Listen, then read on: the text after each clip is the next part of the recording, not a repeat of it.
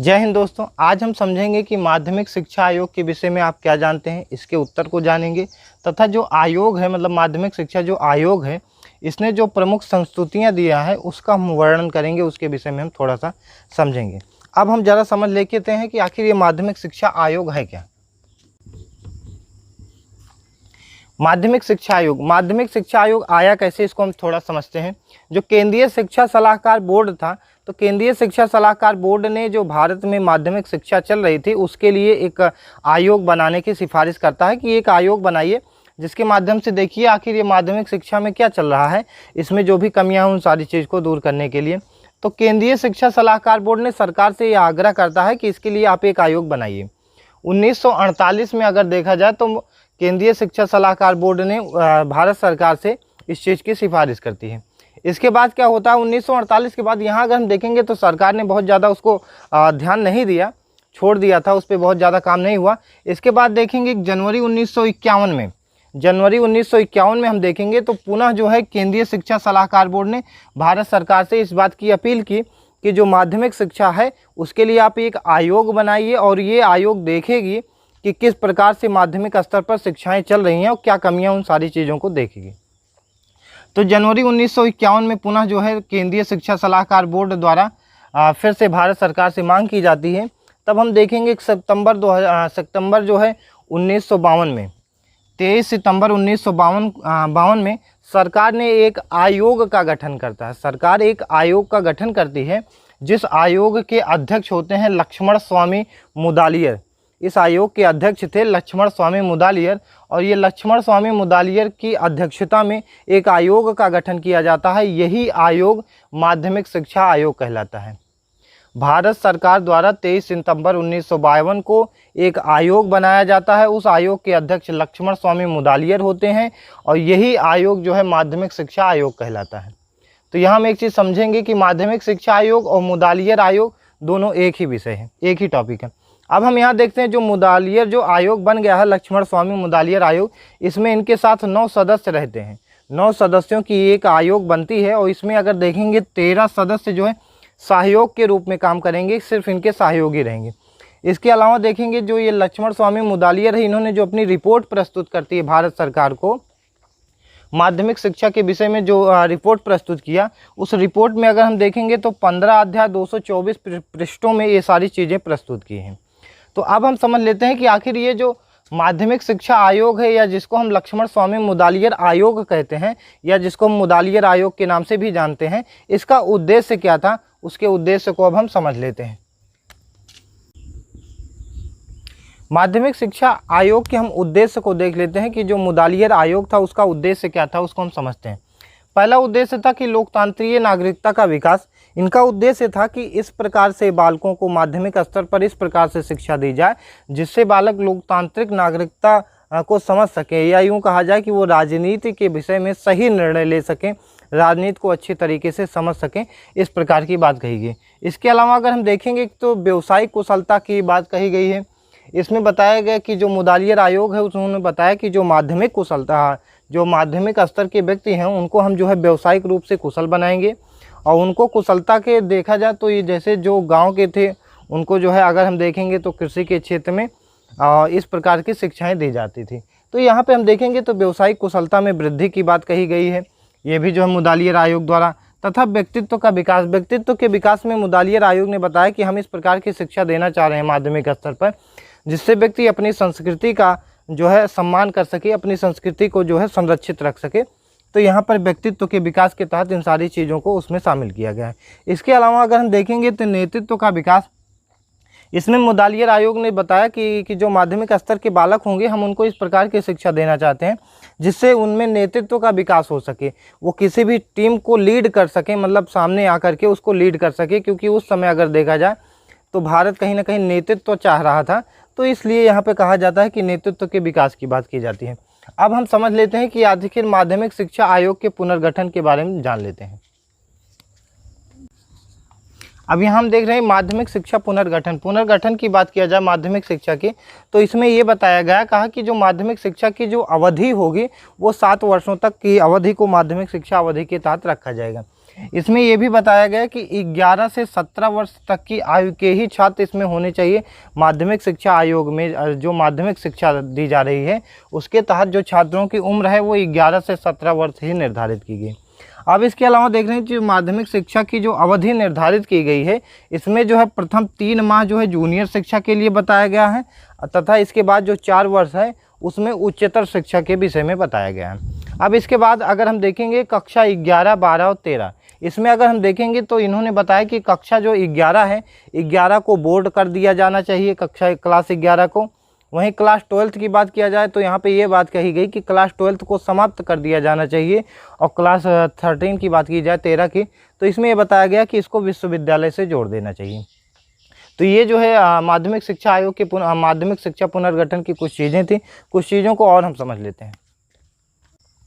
अब यहाँ देख रहे हैं इसमें दिया गया है कि डिग्री कोर्स 3 वर्ष कर दिया जाना चाहिए। जो भी डिग्री कोर्स के लिए अगर किसी भी चीज़ की डिग्री दी जा रही है तो 3 वर्ष का कम से कम होना चाहिए, 3 वर्ष की बात कही गई। इसके अलावा कहा गया कि बहुउद्देशीय कॉलेजों की स्थापना की जानी चाहिए। मतलब यहाँ पर इसका मतलब ये है कि ऐसे स्कूल या कॉलेज की स्थापना की जानी चाहिए जो बहुउद्देशीय हो, जिसमें अनेक प्रकार के उद्देश्यों की पूर्ति हो सके। इस प्रकार के कॉलेज की जो है व्यवस्था की जाने की बात कही गई है। इस प्रकार के कॉलेज की स्थापना की बात कही गई है जहाँ पर अनेक उद्देश्यों की पूर्ति हो सके, जिससे छात्र जिस उद्देश्य के लिए आए वो अपना उद्देश्य जो है यहाँ पर सिद्ध कर सकें। इसके अलावा बात कही गई है कि जो ग्रामीण विद्यालय हैं, ग्रामीण विद्यालय में कृषि शिक्षा पर विशेष प्रबंध होना चाहिए। जो गांव के विद्यालय हैं वहाँ पर कृषि के विषय में जो है विशेष प्रबंध होने की बात कही गई है। इसके अलावा कहा गया है कि यहाँ पर जो है बागवानी भी सिखाया जानी चाहिए। मतलब इस चीज़ों को तो है देखा गया यहाँ पर। तथा आंतरिक मूल्यांकन की व्यवस्था की बात कही गई है। इसके तहत ये बताया गया है कि जो माध्यमिक स्तर के बालक हैं वो किसी भी प्रकार की अनुशासनहीनता करते हैं काफ़ी, तो इसलिए जो है आंतरिक मूल्यांकन की व्यवस्था होनी चाहिए, जिससे जो मूल्यांकन होगा वो विद्यालय स्वयं करेगा। तो इससे जो है बालकों में थोड़ा सा भय बना रहेगा कि अगर वो अनुशासनहीनता करेंगे तो उनका नंबर जो है कम हो सकता है। तो इसलिए यहाँ पर बताया गया कि आंतरिक मूल्यांकन की व्यवस्था भी होनी चाहिए। कुछ और चीज़ें हैं उसको भी हम समझ लेते हैं। अब यहाँ अगला देख रहे हैं, इसमें अगले में दिया गया है कि पर्याप्त संख्या में टेक्निकल और पॉलिटेक्निक विद्यालय की स्थापना की जानी चाहिए। इसमें इसका मतलब ये है कि यहाँ ये बताया गया है कि बालकों को जिससे जो है अगर देखा जाए तो व्यावसायिक रूप से वो स्वतंत्र हो सकें, इसलिए यहाँ पे बताया गया है कि टेक्निकल कॉलेज की और पॉलिटेक्निक कॉलेज की जो है खूब मतलब स्थापना की जानी चाहिए। इसके अलावा बताया गया है कि भारत में जितने भी उद्योग धंधे चल रहे हैं, जितने भी उद्योग चल रहे हैं, उन उद्योगों पर देखा जाए तो उन पर उद्योग शिक्षा कर लगा देना चाहिए। जितने उद्योग चल रहे हैं सब पर उद्योग शिक्षा कर लगा देना चाहिए, जिससे जो है वह शिक्षा जो है और अच्छी से चल सके। तो यहाँ से जो कर वसूल कर आएगा उसको जो है इस पॉलिटेक्निक या टेक्निकल कॉलेज की स्थापना वगैरह में सब यहीं पर लगाया जाएगा। इसके अलावा बात कहा गया कि जो अंधे हैं या जो बहिर हैं या जो बोल नहीं सकते हैं, ऐसे बालकों के लिए भी शिक्षा व्यवस्था की बात कही गई है कि इसके लिए शिक्षाओं की समुचित व्यवस्था की जानी चाहिए। इसके अलावा अगर हम देखेंगे तो बालक बालिकाओं की शिक्षा में ये बताया गया है कि जो बालक बालिकाओं की शिक्षा को दी जा रही है इसमें कोई अंतर नहीं होना चाहिए, भेदभाव नहीं होना चाहिए। जिस प्रकार से बालक को शिक्षा मिल रही है उसी प्रकार से बालिकाओं को शिक्षा मिलनी चाहिए। अब हम समझ लेते हैं कि ये जो मुदालियर आयोग है या माध्यमिक शिक्षा आयोग है, इसके द्वारा भाषा क्या निर्धारित की गई है, भाषा के विषय में क्या बताया उसको हम समझ लेते हैं। भाषाओं के बारे में देखा जाए तो भाषाओं के बारे में मुदालियर आयोग ने 3 भाषाओं का जिक्र किया। उन्होंने बताया कि जो भी शिक्षाएं होंगी वो हिंदी, अंग्रेजी और संस्कृत में भी दी जानी चाहिए।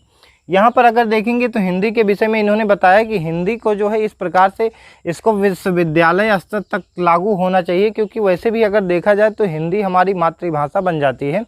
तो इसलिए इसको यहाँ ये बताया गया कि विश्वविद्यालय में भी हिंदी में ही चीज़ें चलनी चाहिए। इनका मानना था कि जिस प्रकार से अगर हिंदी इसी प्रकार से चलती रहेगी तो आगे चल के सरकारी जो भी चीज़ें रहेंगी वहाँ पर हिंदी एक भाषा बन जाएगी और फिर हिंदी का काफ़ी अच्छे तरीके से विकास हो जाएगा। इसके अलावा अगर अंग्रेजी के विषय में बताया जाए तो अंग्रेजी के विषय में मुदालियर आयोग ने बताया कि इंग्लिश को माध्यमिक स्तर से रखा जाना चाहिए, इंग्लिश विषय को माध्यमिक स्तर से रखा जाना चाहिए और इसके बारे में अध्ययन किया जाना चाहिए। इसके अलावा अगर देखा जाए तो संस्कृत के विषय में अगर बताया जाए तो संस्कृत के विषय में कहा गया कि संस्कृत का तो अध्ययन जरूर करना चाहिए, क्योंकि अगर देखा जाए हर एक भाषाओं की उत्पत्ति तो संस्कृत से ही हुई है। इसलिए कहा गया कि संस्कृति के विषय मतलब संस्कृति के अध्ययन के विषय में बताया गया। अब इसके बाद अगर हम देखा जाए तो अगर हम देख लेते हैं कि पाठ्यक्रम जो पाठ्यक्रम निर्धारित किया गया था उस पाठ्यक्रम के विषय क्या थे उसके बारे में अब हम समझ लेते हैं। यहाँ पाठ्यक्रम की बात किया जाए तो पाठ्यक्रम में अगर हम देखेंगे जो माध्यमिक शिक्षा आयोग है या मुदालियर आयोग है, इन्होंने बताया कि जो पाठ्यक्रम होगा अगर हम देखेंगे तो जो मिडिल या जूनियर हाई स्कूल के लिए होगा उसमें इन्होंने बताया कि भाषाएं होंगी, जो भाषाएं अभी हमने पढ़ी।